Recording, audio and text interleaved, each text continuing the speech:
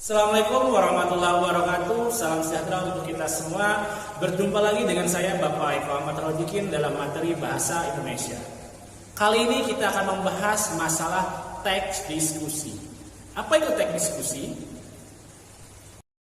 Teks diskusi adalah teks yang menyajikan dua pendapat yang tidak sama tentang suatu hal, baik pro ataupun kontra, yang membuat kedua pihak saling membahas masalah yang menjadi persoalan dalam diskusi.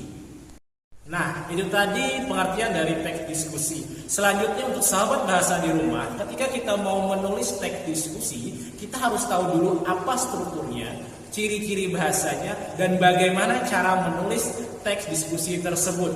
Untuk lebih jelasnya, mari kita simak penjelasan berikut ini. Struktur teks diskusi. Teks diskusi memiliki tiga struktur, yaitu 1. Pendahuluan atau isu. Isu adalah unsur dalam teks diskusi yang berisi gambaran atau fenomena permasalahan yang akan dibahas dalam kegiatan diskusi. Struktur yang kedua yaitu deretan argumen.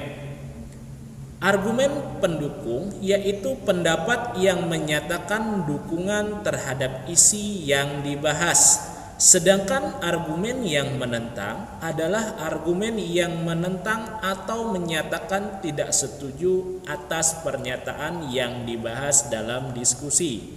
Struktur yang ketiga yaitu simpulan atau saran. Simpulan dalam teks diskusi adalah rekapitulasi, hasil rekomendasi atau solusi dari permasalahan yang sudah dibahas. Selanjutnya adalah ciri kebahasaan. Teks diskusi memiliki dua ciri kebahasaan, yaitu 1. Menggunakan konjungsi pertentangan. Konjungsi pertentangan adalah kata atau ungkapan penghubung antar kata, antar frasa, antar klausa, dan antar kalimat yang menyatakan pertentangan atau perlawanan. Ditandai dengan penggunaan kata sedangkan, tetapi, dan melainkan. Contoh, Budi pergi ke pasar, sedangkan Ani pergi ke sekolah. Ciri yang kedua yaitu menggunakan konjungsi perbandingan.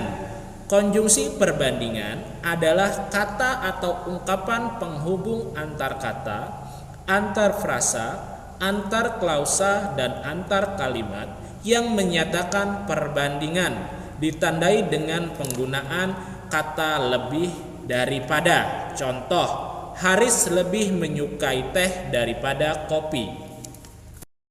Kemudian cara membuat teks diskusi. Ada beberapa cara yang dapat dilakukan dalam membuat teks diskusi. Di antaranya, 1. Menentukan topik masalah atau isu. 2. Menentukan tujuan atau memberi penjelasan tentang pendapat pro dan kontra.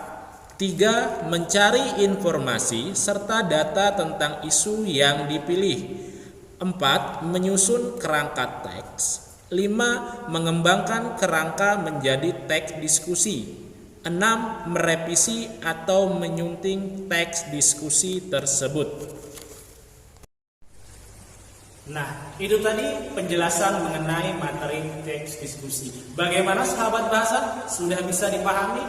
Semoga apa yang saya sampaikan pada hari ini bisa sahabat bahasa di rumah pahami. Tetap semangat dalam meraih kita bahasa Indonesia, bahasa pemersatu bangsa. Assalamualaikum warahmatullahi wabarakatuh.